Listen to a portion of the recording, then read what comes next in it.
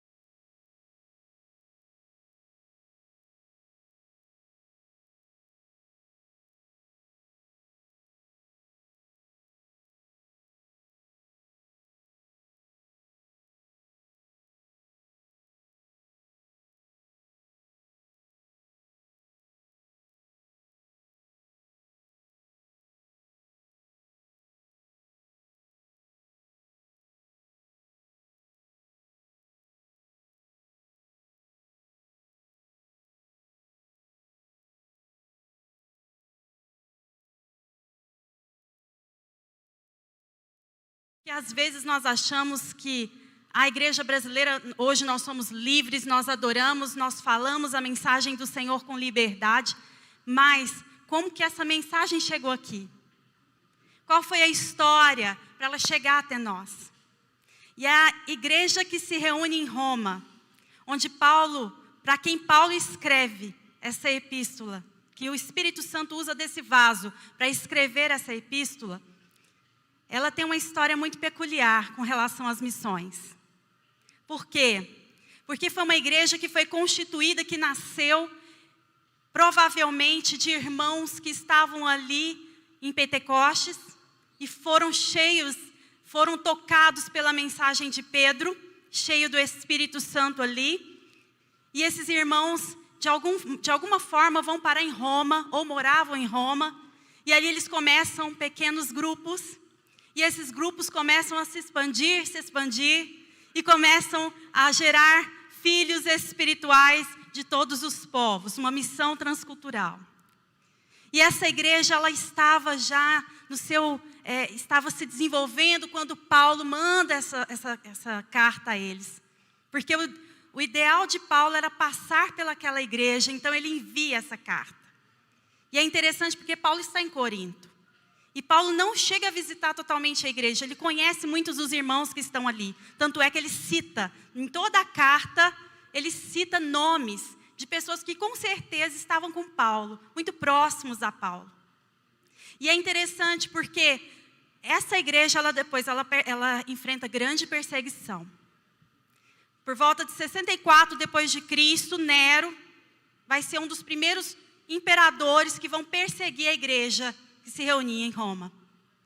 Pedro e Paulo, esses grandes nomes que nós estudamos, eles vão ser martirizados em Roma em 67.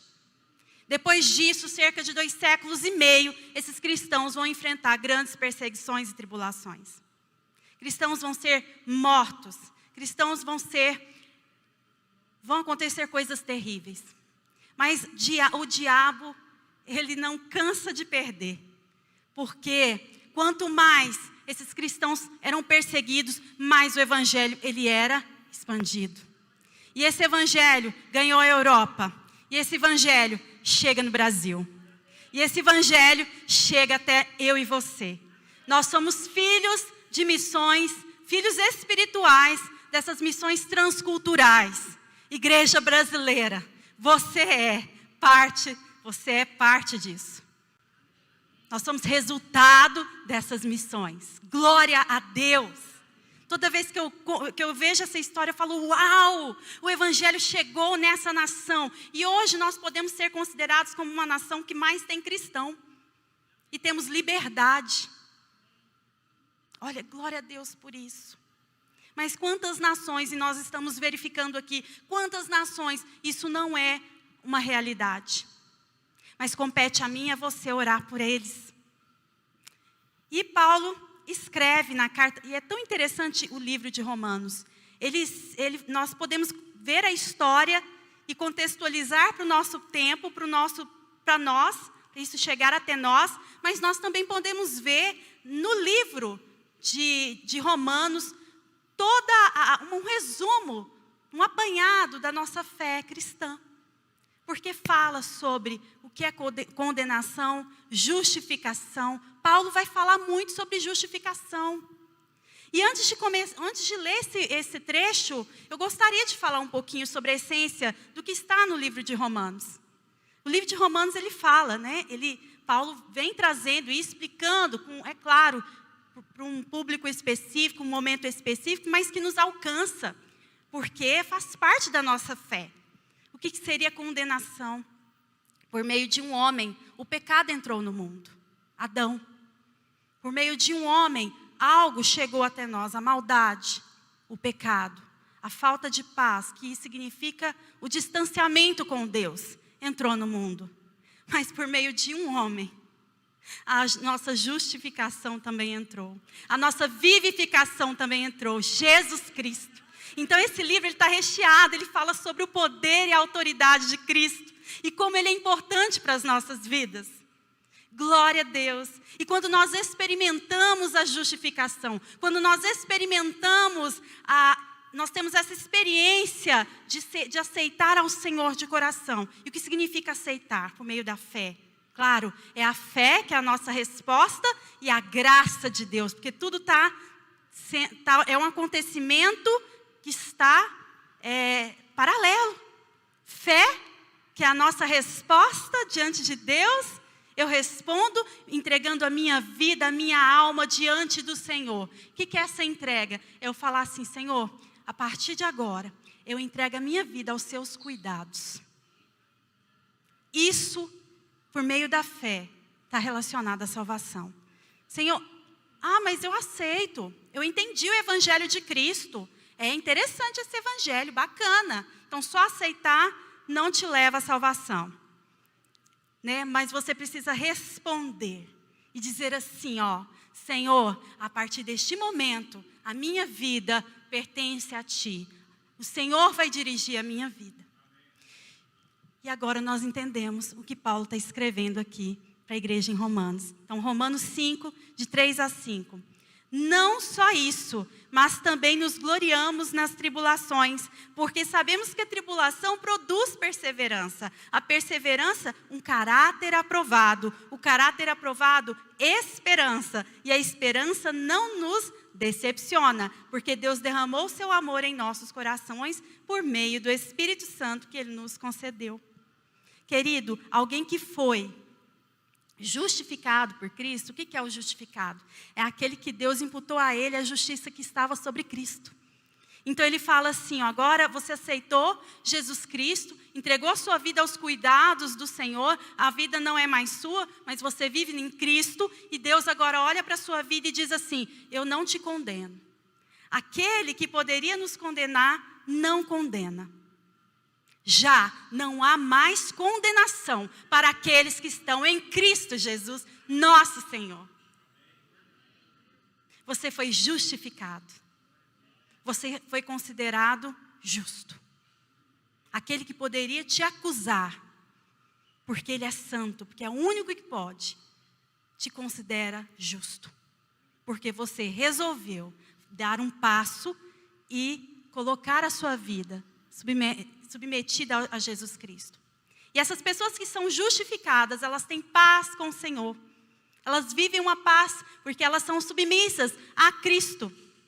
E vocês podem observar, aqueles que não se submeteram a Cristo, não há como ter paz com Ele.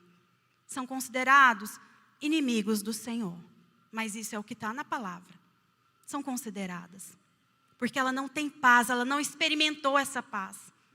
Por isso que nós temos tanta tribulação e tanta perseguição em países onde politicamente a prática do cristianismo não é algo lícito. É algo ilícito. Então, quando que a tribulação pode promover a glória? Porque às vezes nós olhamos, não só isso, mas também nos gloriamos nas tribulações. O que é isso? O cristão, ele quer dizer que ele gosta de sofrer? Não, muito pelo contrário. Ninguém em sã consciência gosta de sofrer. Mas quando nós vemos esses relatos, né, a irmã Ide encenou um relato real.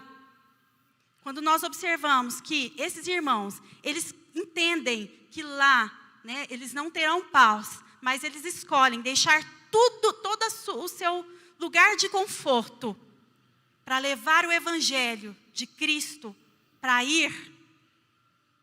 Aí ele resolve, ninguém obriga ele, põe uma arma na cabeça e fala, vai para lá.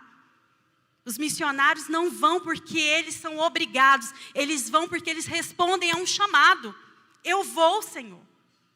Quem irá de ir? Como crerão, se não há quem pregue? Eu vou. É claro, o Senhor, o ID é para todos. As missões, no sentido, pode ser, as missões urbanas, as missões, elas são para todos. Mas há pessoas que são chamadas. O Espírito Santo arde no coração dessas pessoas para irem até países diferentes. Há pessoas. E como quando nós não vamos, nós podemos fazer, nós somos chamados, sabe para quê? Para orar por elas. Para que a glória do Senhor se manifeste. Porque quando essas pessoas respondem e falam, Senhor, eu vou, mesmo sabendo que tudo isso está acontecendo, eu vou deixar meu conforto e vou estar lá na linha de frente, isso promove a glória do Senhor. A glória do Senhor. Uma glória que vai alcançar a humanidade. É isso que o Senhor, porque o Senhor não quer que ninguém se perca, mas que todos venham a se converter. É isso que nós precisamos entender, isso é o ID. E lá em Hebreus, no capítulo 13, verso 3, fala algo para nós. Diz assim, lembre-se dos que estão na prisão, como se aprisionados com ele. Dos que estão sendo maltratados, como se fossem mesmo vocês que estivessem sofrendo no corpo. Ou seja, é um chamado para nós que não estamos na linha de frente. No seu quarto, quando você estiver orando, lembre-se desses irmãos.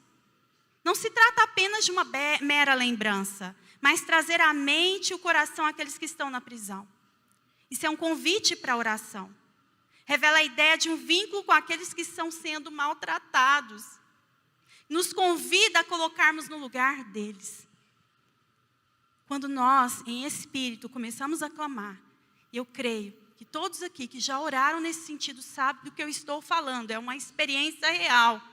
O Espírito Santo vai nos revelando coisas que nós não sabíamos, mas que de repente esses irmãos estão passando lá, porque o Espírito Santo está em todos os lugares, Ele está, e Ele nos coloca para orar, e igreja do Deus vivo, vocês não têm noção, muitas vezes nós não temos, a autoridade que nós temos no meio espiritual. Nós temos uma autoridade de abrir e fechar portas pelo nome de Jesus.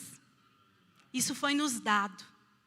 O que nós falarmos aqui na terra será fechado lá no céu. Isso é uma autoridade que o Senhor nos dá e a Bíblia nos respalda, me respalda nessa fala. Então, nos gloriarmos na tribulação, na verdade, é a glória relacionada à glória de Deus. E essas pessoas, elas têm convicção do reino. Por quê? E nós precisamos desenvolver ainda mais essa convicção, porque nós sabemos que não é aqui que nós vamos ter esse galardão, mas é lá no céu. E Jesus está voltando. Ele está voltando. E é isso, é a nossa certeza de que o nosso galardão está no céu, de que a glória do Senhor seja manifestada. Não a nós, Senhor, não a nós, mas ao teu nome damos glória. Glória a Deus.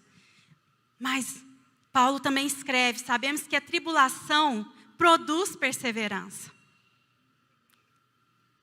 Todos nós passamos por lutas, todos nós. Há pessoas, né, que aparentemente em maior intensidade, outras mais, outras... Mas todos passamos por luta. Agora, como que nós vamos responder? Como que nós resolvemos responder a esses momentos de tribulação? Isso faz toda a diferença na nossa vida. Porque a forma como nós respondemos a esses momentos, futuramente pode nos promover maturidade ou imaturidade. Maturidade se nós respondermos de maneira correta diante do Senhor, nos apegando na realidade espiritual. Nós somos chamados por uma fé, nós somos justificados, nós somos vivificados e nós seremos glorificados. Nós estamos aqui passando por um processo de santificação, para quem já aceitou a Cristo. Nós estamos ainda sendo trabalhados, ainda estamos sendo moldados no Senhor, mas haverá um dia que seremos glorificados com Ele. E esse dia, Jesus volta logo, Maranata. Agora, como que nós vamos responder?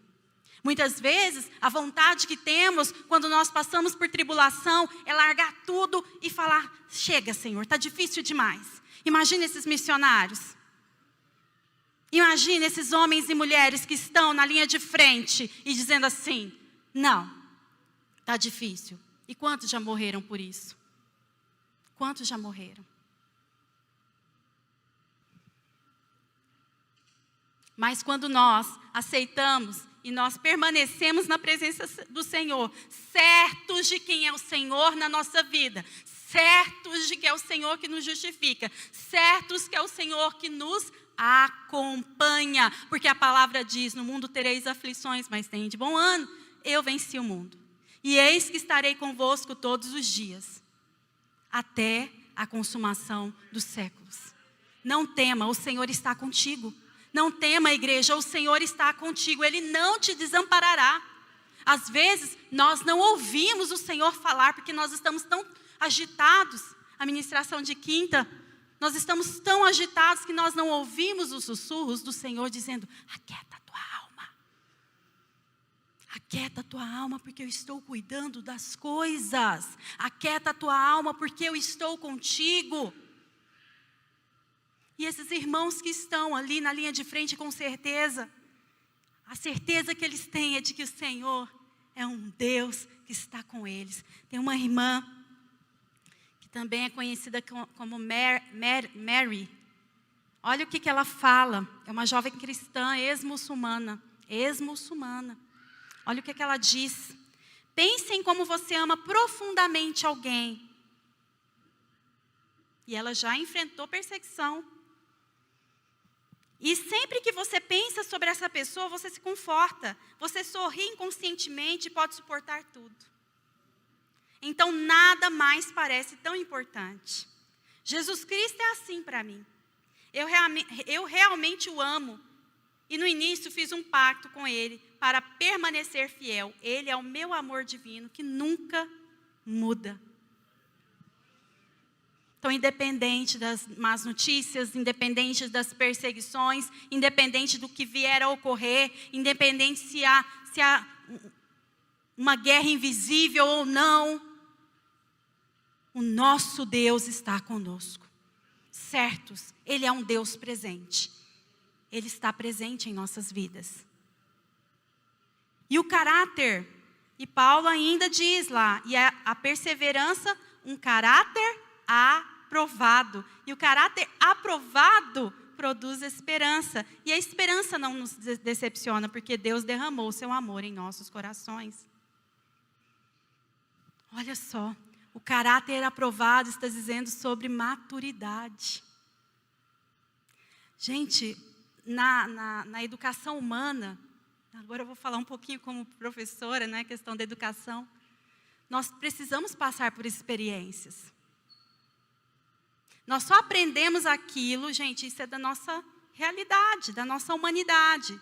Nós aprendemos mais conteúdos que realmente nos afetaram de forma expressiva. Porque só ouvir falar, às vezes nós não aprendemos, mas precisamos experimentar. O Evangelho também é assim.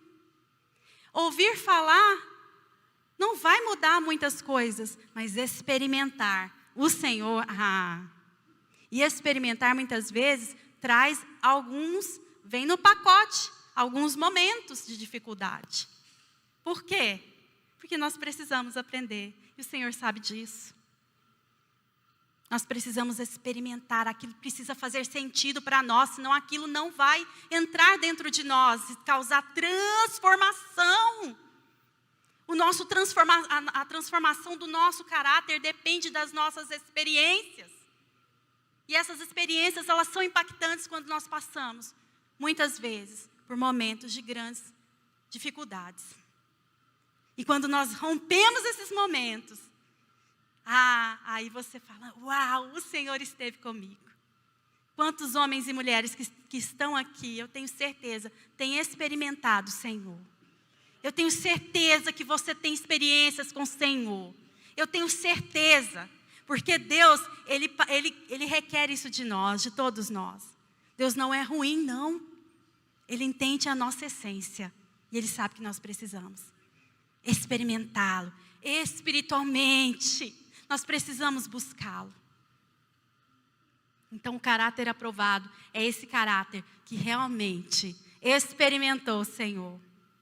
Então, não só isso, mas também nos gloriamos nas tribulações, porque sabemos que a tribulação produz a perseverança, um caráter aprovado, e o caráter aprovado, esperança, e a esperança não nos decepciona, porque Deus derramou o seu amor em nossos corações, por meio do Espírito Santo.